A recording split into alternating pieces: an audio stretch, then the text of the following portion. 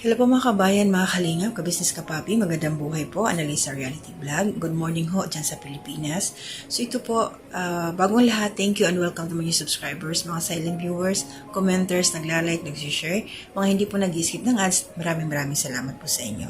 So ito ho, gaya ng sabi ko, kaninang umaga dito sa akin, na babasahin ko ang inyong mga komento dito ho sa aking isang upload about, may kinalaman po ito sa mga OFW na sa isang OFW na nilait ni Ma'am Lorny TV, kaya lang umalma po ang karamihan sa amin ng mga OFW. Kasi lumalabas po dito na minamaliit niya ang katulad namin na mga nagsisikap dito sa ibang bansa para masuportahan, mapaaral ang mga anak, masuportahan kung ano yung mga pangangailangan nila. Sa totoo lang, wala kami sa Pilipinas, kami po ang nagbabayad ng bills. Bibili ng mga pagkain nila, kami po ang sagot. Diba? So, wag ko nyo kami mamaliitin, mga madam, kasi mas pinili ho namin to, wais lang ho. Karamihan ho sa amin na nandito ay may mga pinag-aralan din. At kung hindi man ho nakatapos, dala ng kahirapan, may mga utak din po. Kahit sino po, wala hong bobo para sa akin. Nasa pagsisikap po yan. Lahat ho tayo may sariling galing. Yun lang po yung sa akin. Kaya kaya ho namin ito binigyan pansin para hindi na ho tularan kasi masyadong maliit karamihan ang tingin ng mga nandyan sa Pilipinas sa amin na nandito sa ibang bansa na nagpapaalila. Akala nila ganun-ganun lang. Bakit ho? Alam nyo ba yung mga trabaho namin dito? Ayan, tama, nagkukudkod ng unidoro, naglilinis ng bahay, nagluluto. Bakit po? Sa inyong mga bahay-bahay dyan sa Pilipinas, hindi ho ba kayo naglilinis? Hindi ho ba kayo nagluluto? Hindi din ho ba kayo nagkukudkod ng onidoro? Pare-parehas lang ho ang ating mga ginagawa. Ang pinagkaibahan lang, kami ho dito nasa ibang bahay, sumisweldo. Kayo sa sarili niyong bahay na naglilinis kayo dyan sa Pilipinas, walang sweldo.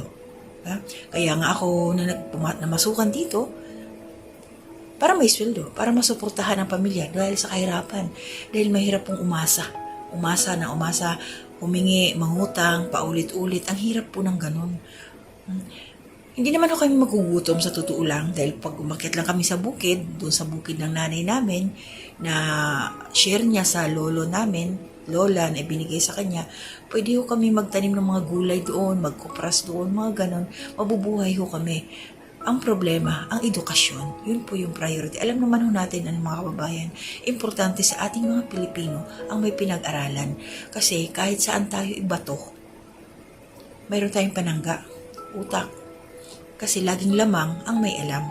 Hindi tayo tatanga-tanga. Yun ang importante, di baling wala tayong kayamanan, di baling wala tayong bahay, basta nakatapos, carry na yun. Carry na yun. So katulad ko, inuuna ko, priority, pag-aaral ng mga bata, bahalang nakapisan muna sa biyenan. O pagkatapos ng mga bata, saka na kami magtatayo ng sariling bahay. Ganon ho yun. Ma'am Lorny, nagsisikap po kami dito. Kaya sana po, wag niyo kami mamaliitin. Wag niyo pong mamaliitin ang mga OFW. Lahat po, kahit ano ang trabaho dito, skilled ka man, lahat po dumadaan sa sinasabi ninyong kudkod, lahat-lahat yan. Mga nagluluto, mga ganon. Lahat po dumadaan. So ito po, babasahin ko po yung mga comment ninyo. Maraming salamat. Isa po itong paraan para salamatan ko nga ho kayo dahil hindi naman po ako makapag-live. So babasahin ko po. Disclaimer lang. Kung mayroon man ho kayong marinig dito sa aking binabasa, sa aking bibig, yun po yung nabasa ko. Irespeto ko yun. Hindi na ako magkukomento. Basta babasahin ko lang po kasi nagpakahirap din po siya para mag-engage dyan, para mag-type. Ang oras niya, ang minuto niya, nakisama po siya dito. Kaya maraming salamat. So, kung ano man ang sinabi niya, opinion po niya yun. So, hindi na lang ho natin siya babarahin or ano man. Basta pasalamatan na lang ho. At ako na ho, kasi meron dito mga tinype na ako na bahala mag-intindi. Nandiyan din naman ho sa comment section yan. Mababasa niyo rin po. Para hindi na rin ho tayo mahirapan. So ito po, shout out po kay Ma'am Milita Kumpas. Ito po yung kanyang komento is parang haka-haka na din niya. Yung dala rin ho ng kanyang emosyon. No, sabi niya, Tutulad pa sa kanya, bakit hindi ka ba nagkukuskus ng inidoro kahit sa bahay mo? Hindi ka nagkukuskus kasi siguro sobrang nakapal ng dumi ng inidoro mo, hindi mo kinukuskus. Nakaka-CR ka pa na sobrang na dumi inidoro mo kasi hindi ka nagkukuskus. Ito matai lang yan sa papel tapos flying saucer lang. Ang norme na yan. Peace po Binasa ko lang po. Shoutout po kay Ma'am Ann Madina. Bayani mga OFW, malaking pakinabang sa bansa natin. Mga OFW ang nagbibigay pera sa bansa. Sa tax lang namin, hindi lahat ng OFW walang pinag-aralan. Tama po. Malaking pakinabang namin sa bansa. Shoutout po kay Kuya Andy, Kayakap. Salamat po Kuya Andy sa pagsuporta ninyo. Ingat lagi, sagip po niya. Ingat lagi po kayo. Kayo po, shoutout po sa inyong lahat po dito. Okay. So shoutout po sa ating lahat daw. Nandiyan sa comment section, shoutout po sa inyo. Galing po kay Kuya Andy Kayakap Vlogs. God bless po Kuya Andy. Ayan. Then, shoutout po kay Ma'am Wilma Medel. Ang kanyang komento, sabi niya, marangal naman work natin mga OFW. Sana, Lorna or Lorne, kung anuman kaaway mo sa comment, magbanatan kayo pero wag mo idamay ang OFW. Parang wala ka din pinag-aralan. May nag-thumbs up po doon na 3. Okay. At meron pa ho na dito sa comment ni Ma'am Wilma, meron pong nag-comment doon sa kanya. Sabi din shoutout po kay Ma'am Leone Rodriguez. Sabi niya, correct. Huwag siya mandamay sa mga OFW. Ako isang OFW dito sa US. Ikaw, Lorne, ano ba ginagawa mo dyan? Kung di nakaupo lang, nag-aantay ng palipad. Kaya huwag mong laitin kami kasi yung mga nagpapalipad sa'yo, isa din na mga OFW. Maraming mga OFW na mga college holder. True po. Dahil marangal na trabaho ito. Nanny, caregiver, DH, ikaw Lorne, ang kawawa dahil professional kuno ka, hindi mo naman ginagamit. Ginagawa mo dyan, kaupo lang. Salamat sa palipad. Ha ha ha. And shout out po kay Ma'am Lilia Nadera. Ang sabi po niya, Lorne, daig mo pa ang walang pinag-aralan. Tingnan mo muna ang sarili. Baka bago ka manlait kaysa umaasa sa mga sponsors na umaayaw sa iyo. Parehas kayo ng mga team akin kayo. Binasa ko lang po. Shout out po kay Ate Ems Cords. 2 puso po. Nanay Ems, kumusta po kayo? Ang shout out po kay Ma'am Jonaline Rimos Calumba. Bago yung kanyang apelyido para sa aking pandinig. Ang kanyang komento is, dati tuwing nagla-live selling, nagpaparinig sa supporters na Danjoy. Tapos, nabigyan sila sobrang tuwang-tuwa. Yun pala, alam nila na love team lang ang Danjoy. Ngayon, mabaho na si Joy kung ano-ano na lang ang sinasabi. Kaya hindi maloko ang mga viewers na kasubaybay sa Danjoy. Yun po yung comment ni Ma'am Jonaline Rimos Calumba. So, wala po tayong masasabi doon. Binasa ko lang ho. So, another comment kay Ma'am Leonie Rodriguez. Sabi niya, DH ako dito sa US, part-time caregiver. Ma'am, shout out po Ma'am Leonie Rodriguez. Nasa US po pala siya. DH pa ako dito sa US, part-time caregiver, pero nakapagpatapos ng mga pamangkin ko sa college, may cum laude pa ako dahil sa pagkuskus ko ng kubeta. Ito pa, Lorne, may isa pa akong engineering na pamangkin ko. Pagkuskus ko ng kubeta at paghugas ng alaga ko. Caregiver po si Ma'am Leonie doon po sa US. Shoutout po sa iyo, Ma'am. Ingat po kayo dyan, ano. So ito po, shoutout po kay Ma'am Lida.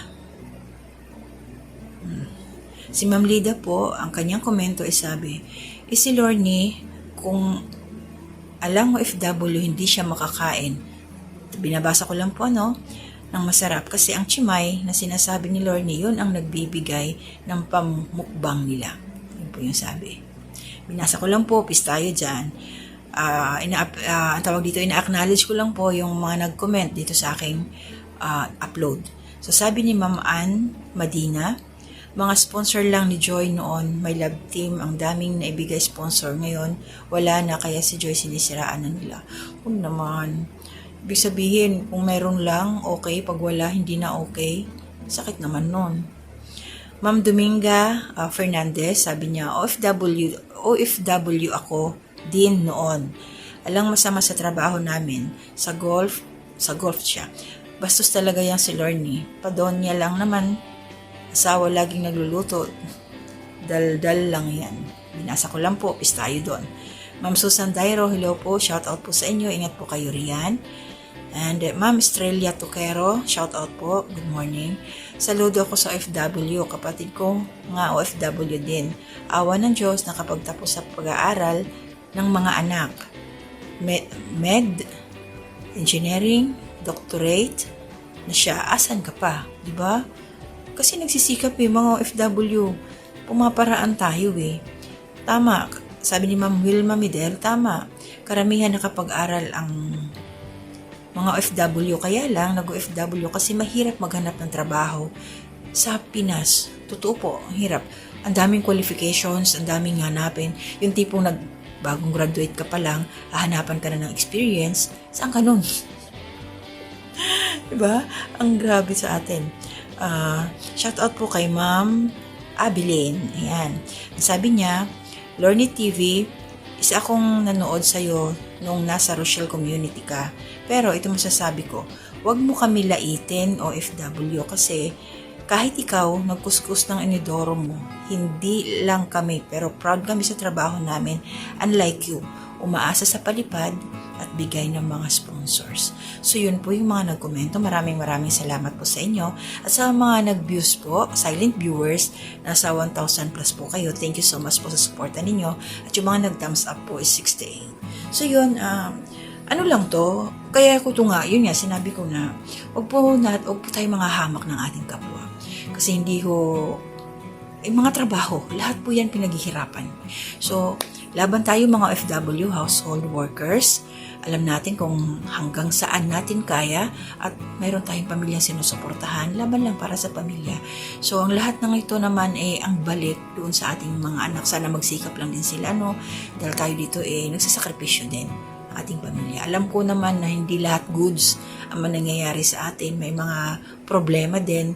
Kaya lang, ito lang ma-advise ko sa aking mga kasama mga OFW dito. Lahat tayo stress, pero huwag tayo magpadala sa stress. Ingatan din natin ang ating mga sarili. Sa totoo lang, marami tayong ang problema natin, marami sa Pilipinas. Dito sa ating trabaho, hindi masyado kasi carry natin, di ba? Ang nagpapabigat talaga ng ating kalooban, ating sa isipan, nakaka-stress. Ang tawag dito, matutuyuan ka na ng utak ba kung ano yung paano mo susolusyonan yung mga problema nila kasi kahit konting bagay tatakbo sa'yo. Pero nandito tayo sa posisyon na to, hindi tayo dadalhin ng ating Panginoon sa lugar na to na solo katawan kung hindi natin kaya. So nandyan siya palagi sa atin, nakagabay, nakaalalay, nakamasid, nagbibigay sa atin ng wisdom and knowledge. Kaya laban lang tayo, mga kababayan kong FW. Pag nakatapos ang ating mga anak, hayahayang buhay, di ba? Ay, sabi ko nga sa akin, ako, 5 yung anak ko. Isa na yung nakagraduate, may 4 pa. So, para sa akin, makagraduate lang silang lahat. Salamat na talaga. Pasalamat na. Bahala na silang lumipad kung saan nila gustong pumunta. Basta meron na silang bala. Ang bala nandito sa utak. Diba? Kasi ayoko yung walang mga api sa'yo pag may may pinag-aralan ka. Yun Kaya ito si Ma'am Lorne, akala niya siguro lahat ng OFW ganun-ganun lang. Ay nako ma'am,